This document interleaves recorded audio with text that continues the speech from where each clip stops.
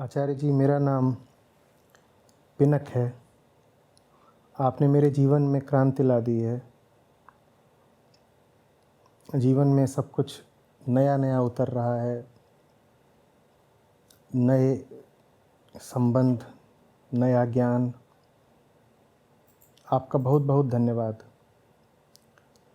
जब से इस नए कुछ ने मुझे स्पर्श करा है, मैंने पुरानों को त्यागा है।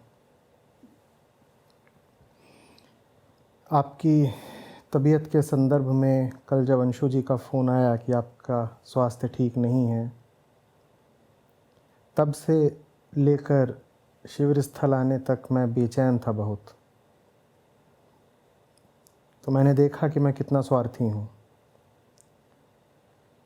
मन में ख़्याल आ रहा था कि मैंने नई चीज़ का चुनाव करने के लिए पुरानों को त्यागा है और बड़ी मेहनत से कुछ कदम बढ़ाए हैं। अब अगर आपको कुछ हो गया तो, गुरु ही नहीं रहे तो, मास्टर ने ही जगा कर कुछ कदम चलाया है। अगर मास्टर ही न रहे तो आचार्य जी, इसी डर में रात बीती। सवाल ये है आचार्य जी कि आपको सदा साथ रखने का स्वार्थ और आपको खो न देने का डर, क्या ये दोनों ही मेरे लिए नुकसानदेह होंगे? पिनक सुवर्णा। अरे भाई, इतनी जल्दी नहीं मर रहा मैं।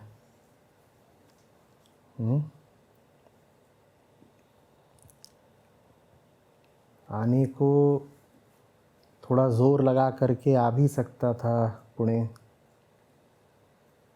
पर बहुत संभावना थी कि मामला और भी बिगड़ जाता।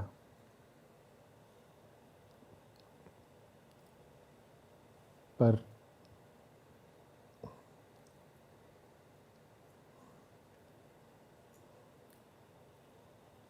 किसी भी बीमारी को थोड़ी मेहनत करनी पड़ेगी मुझे काम से हटा देने के लिए।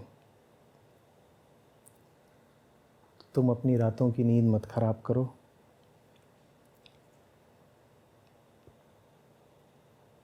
जितना तुम चाहते हो कि मैं काम करता रहूं, मैं शायद उससे थोड़ा ज़्यादा ही चाहता होऊंगा कि मैं काम करता रहूं। ये भी हो सकता है कि किसी बिंदु पर आकर तुम मुझसे कह दो कि आचार्य जी, बहुत हो गया, अब पहलवानी छोड़िए, आपका शरीर अब साथ नहीं दे रहा है। लेकिन मैं कहूँ कि चलने दो, अभी 2-4 मुकाबले और हो जाएं। शरीर पर अगर मैंने बहुत ध्यान दिया होता, शरीर के नखरे बर्दाश्त ही किए होते, तो जितना काम आज तक कर पाया हूँ, शायद इसका तिहाई भी ना कर पाता।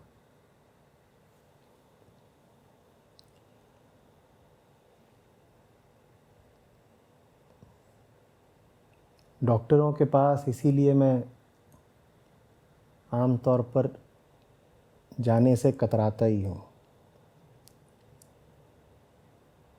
जब ये लोग घसीट के ही ले जाते हैं तो अलग बात है, नहीं तो डॉक्टरों का काम ही है सिर्फ शरीर की बात करना। तो बड़ी आसानी से कह देते हैं कि आप बेड रेस्ट करिए। हम बेड रेस्ट करने लगेंगे तो पिनक सुवर्णा को जवाब कौन देगा?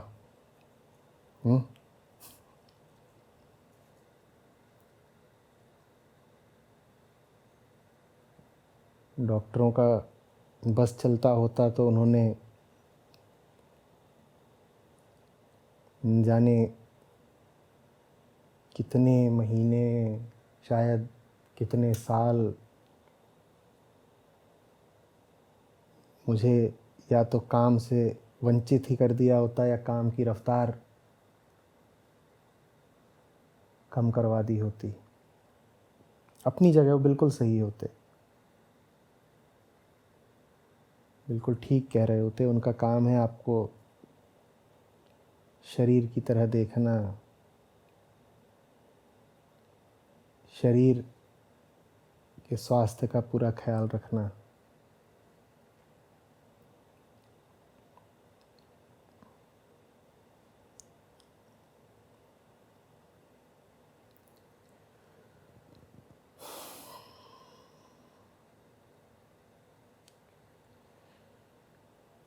तुम अपनी फिक्र करो।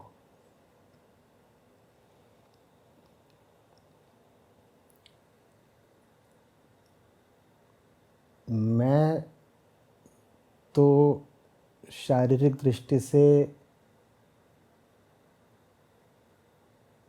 नहीं भी रहूँगा तो अपने पीछे बहुत बीज बिखेर कर जा रहा हूँ, जा नहीं रहा कहीं।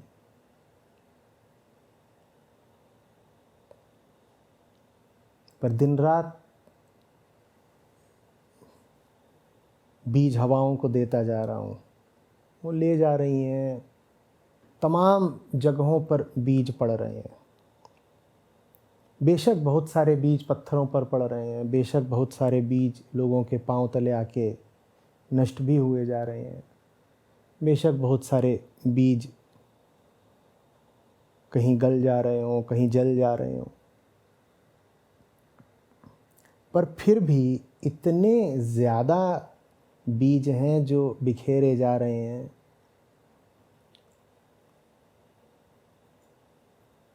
कि बाहर का आना तो तय है। हमारे सामने आएगी या हमारे बाद आएगी बहुत फ़र्क पड़ता नहीं, आना जाना शरीर का ही होता है। हाँ, थोड़ा सा शरीरगत स्वार्थ है कि अपने सामने कुछ होता देख लें तो व्यक्तिगत रूप से भी मज़ा आ जाएगा, पर अपने सामने होता नहीं भी देखा तो कोई बात नहीं।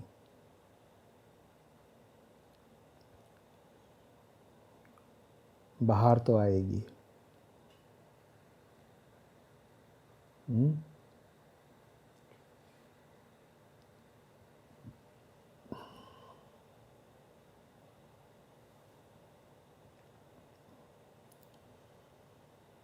तुम कह रहे हो तुमने पुरानों को त्यागा है, नया तुम्हें कुछ मिल रहा है। ये जो तुम्हें नया मिल रहा है अब वो मेरा नहीं रहा ना, अब वो तुम्हारा है। जब वो तुम्हारा हो गया तो वो फिर मेरे शरीर के साथ मर कैसे सकता है? वो तो चीज़ अब तुम्हारी है, तुम में ज़िंदा है ना? तो ये सब बहुत चिंता करने की, सोचने विचारने की बातें नहीं होती हैं कि एक व्यक्ति का क्या होगा। सब व्यक्ति हाड़मास के ही होते हैं। व्यक्तियों की तो एक ही नियति होती है, आना और चले जाना। मैं 100 साल ज़िंदा रहूं और मैं तुम जैसे जवान लोगों के भीतर सच का बीज न रोप पाऊं तो मेरा जीना वैसे भी व्यर्थ गया। और अगर मैं नहीं भी हूँ और तुम जैसे हज़ारों लाखों के भीतर सच्चाई रोप दी गई है तो फिर मैं गया कहाँ? रहें ना रहें हम महका करेंगे।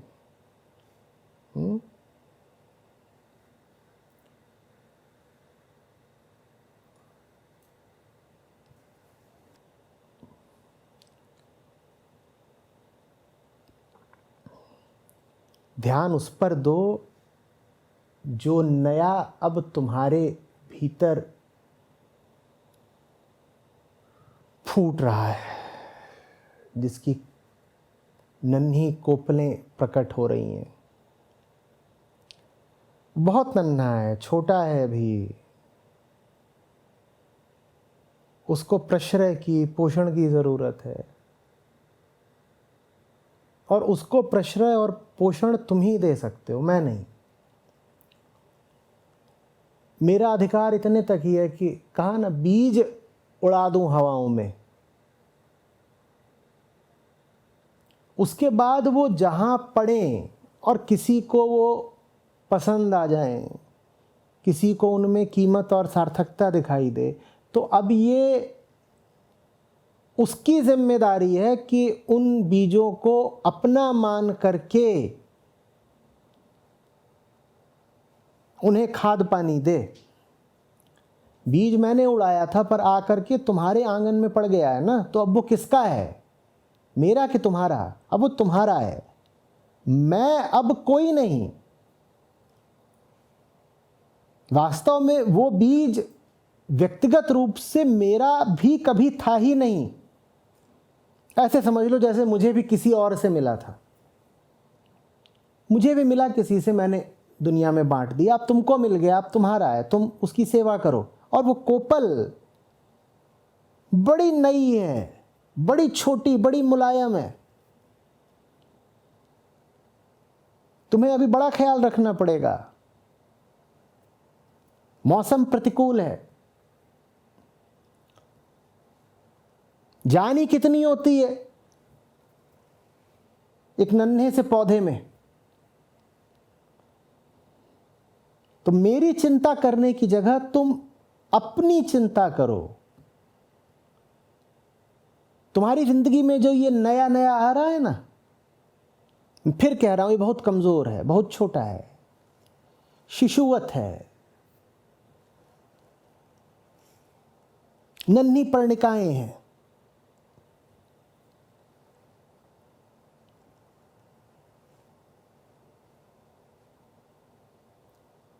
उनकी परवाह करो, देखभाल करो।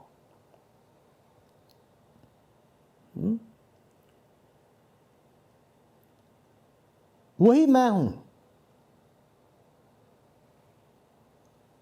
मैं बचा रहा, तुम मुझे सुनते भी रहे, मेरे पास भी बैठे रहे, लेकिन तुमने अपनी जिंदगी में साहस को और सच्चाई को और बोध को पोषण और सहारा नहीं दिया।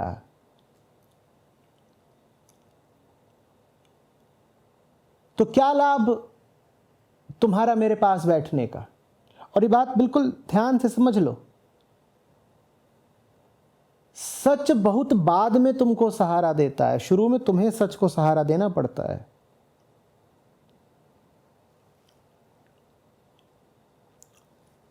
साहस बहुत बाद में तुम्हारे काम आएगा, पहले तो तुम्हें साहस के काम आना पड़ेगा। याद रखना, वो सब नन्हे नन्हे पौधे हैं, और वो जो पुराना है वो विशाल वटवृक्ष है, 1000 जड़ों वाला, मायावी। इतना आसान नहीं है उस पुराने को छोड़ देना। पता ही नहीं वो कहां शुरू होता है, कहां खत्म होता है, उसकी जड़ें हैं कहां पर। तुम एक जगह से हटोगे कि यहां पर वो पेड़ था, हम उसे छोड़ाए, बहुत दूर जाओगे पाओगे अरे वो पेड़ वहां भी मौजूद है, वहां भी जड़ें हैं उसकी। तो नए की तरफदारी करना और पुराने को पीठ दिखा देना इतना आसान नहीं होता। नया नया आध्यात्मिक साधक का जुनून होता है, कुछ जवानी की रौ होती है, लगता है कि बहुत जल्दी प्राप्ति हो गई, जल्दी से ही उपलब्धि की घोषणा कर देने का दिल करता है। इतनी जल्दी कोई उपलब्धि होती नहीं, बड़ी लंबी यात्रा करनी पड़ती है, दूर तक जाना पड़ता है, बड़ा सब्र चाहिए। वो सब आंतरिक यात्राएं होती हैं, आंतरिक लड़ाइयाँ होती हैं। कोई बाहर वाला उसमें कुछ सीमा तक ही, कुछ दूर तक ही काम आता है। तो मैं जितना तुम्हारे काम आ सकता हूँ आता रहूँगा, लेकिन ऐसे समझ लो कि मेरा काम 20% है, तुम्हारा अपना निजी और आंतरिक काम 80% है। तुम्हारे सवाल से ऐसा प्रतीत हो रहा है जैसे तुमको लग रहा है कि तुम्हारी मुक्ति या तुम्हारे जीवन में जो नवीनता आ रही है वो 80% मुझ पर निर्भर करती है। तुम्हारे सवाल की बुनियाद गलत है। जीवन में चाहे मुक्ति हो चाहे नूतनता, वो किसी दूसरे पर बहुत ज़्यादा नहीं निर्भर करती। मैं 20% तक ही सहायक हो सकता हूँ, 80% काम तुम्हें करना है, अपने भीतर करना है। मैं 20% अपना पूरा काम कर भी दूँ, तुम 80% कुछ ना करो तो क्या होगा। और इतिहास में ऐसे भी लोग हुए हैं जिन्हें बाहर से 20 की जगह 2% सहारा मिला है, लेकिन उन्होंने अपना काम भीतर भीतर 80% बिल्कुल ज़बरदस्त कर लिया, वो तर गए। ठीक है, तो अपने प्रश्न का विषय मुझे मत बनाओ, अपनी चिंता का विषय मुझे मत बनाओ। अपनी चिंता का विषय तुम अपनी निष्ठा और अपने समर्पण को बनाओ। सच के प्रति, आज़ादी के प्रति तुम में कितनी निष्ठा है, उस बात को लेकर के चिंता किया करो, उस बात को लेकर बड़ी ईमानदारी रखा करो, वही असली चीज़।